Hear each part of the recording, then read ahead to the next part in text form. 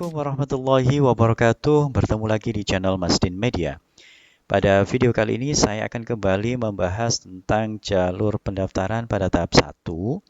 Jika pada video saya yang sebelumnya saya telah membahas jalur pendaftaran untuk jalur afirmasi, saat ini saya akan membahas tentang jalur perpindahan tugas orang tua. Ya.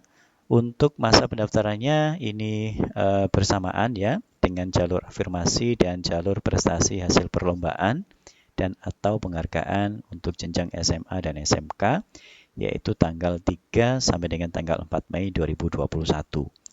Baik, untuk membahas tentang jalur perpindahan tugas orang tua, kita bisa membuka di menu ketentuan. Kali ini kita akan fokus pada tab perpindahan tugas orang tua.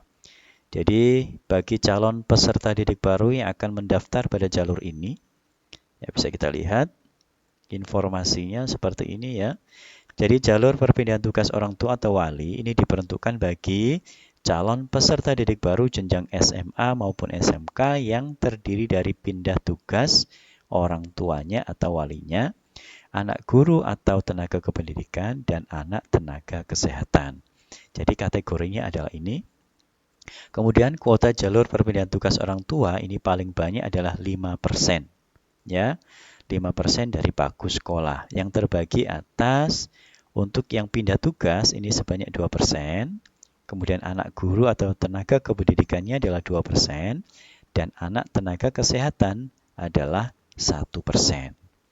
Kemudian jalur PPDB ini diperuntukkan bagi calon peserta didik baru yang bisa membuktikan sebagai berikut. Yang pertama, surat penugasan dari instansi, lembaga, kantor, atau perusahaan yang memperkerjakan orang tua. Dan yang kedua adalah surat keterangan domisili yang menyatakan perpindahan tugas atau pekerjaan orang tua. Kemudian, jalur PPDB ini untuk yang anak guru atau tenaga kependidikan, ini diperuntukkan bagi anak dari seorang guru atau tenaga kependidikan baik PNS maupun non-PNS ya yang mendaftar di satuan pendidikan tempat orang tuanya bertugas dengan melampirkan surat tugas dari kepala satuan pendidikan. Jadi dapat mendaftar di satuan pendidikan tempat orang tuanya bertugas. Ya. Jadi dengan melampirkan surat tugas dari kepala sekolah, begitu. Kemudian jalur PPDB anak tenaga kesehatan ini diperuntukkan bagi anak dokter, perawat, sopir ambulan, tenaga teknis kesehatan yang terlibat langsung dalam penanganan pandemi COVID-19 di Rumah Sakit Rujukan Provinsi Jawa Timur. Nanti dibuktikan dengan surat keterangan dari Direktur Rumah Sakit. Kemudian jalur PPDB perpindahan tugas orang tua atau wali, calon peserta didik baru untuk jenjang SMA dapat memilih satu sekolah dalam zona ataupun luar zona yang berbatasan.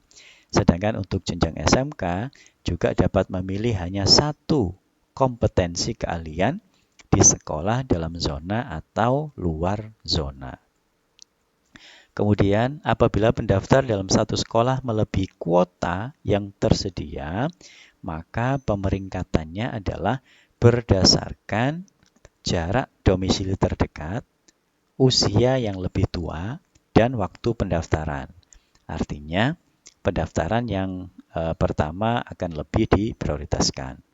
Jadi sekali lagi harap diperhatikan, jika jalur perpindahan tugas orang tua ini melebihi kuota, yaitu 5% tadi, maka akan dilakukan proses pemeringkatan dan ukurannya adalah berdasarkan jarak domisili terdekat, ini yang paling diprioritaskan. Kemudian usia yang lebih tua, ini juga lebih diprioritaskan. Dan waktu pendaftaran, yang mendaftar lebih awal akan lebih diprioritaskan. Kemudian dalam hal terdapat sisa kuota, untuk jalur pindah tugas orang tua atau wali dan tenaga kesehatan, maka sisanya nanti akan dimasukkan atau dialokasikan untuk calon peserta didik pada jalur anak, guru, atau tenaga kependidikan.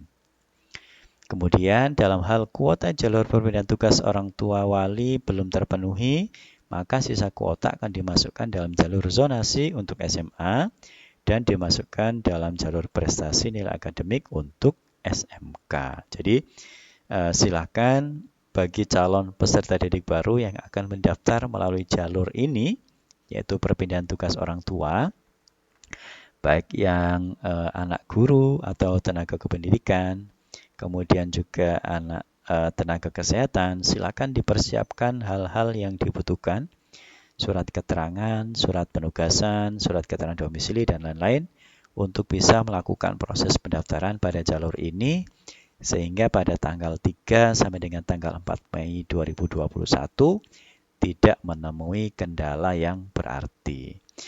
Baik, demikian informasi yang bisa saya sampaikan, mudah-mudahan bermanfaat. Sekali lagi, bagi yang pertama kali berkunjung ke channel ini, silakan dukung channel ini dengan cara klik subscribe, kemudian like, bagikan informasi ini jika dirasa bermanfaat, sampaikan pertanyaan ataupun request pada kolom komentar. Sekali lagi, mudah-mudahan bermanfaat dan saya akhiri. Assalamualaikum warahmatullahi wabarakatuh.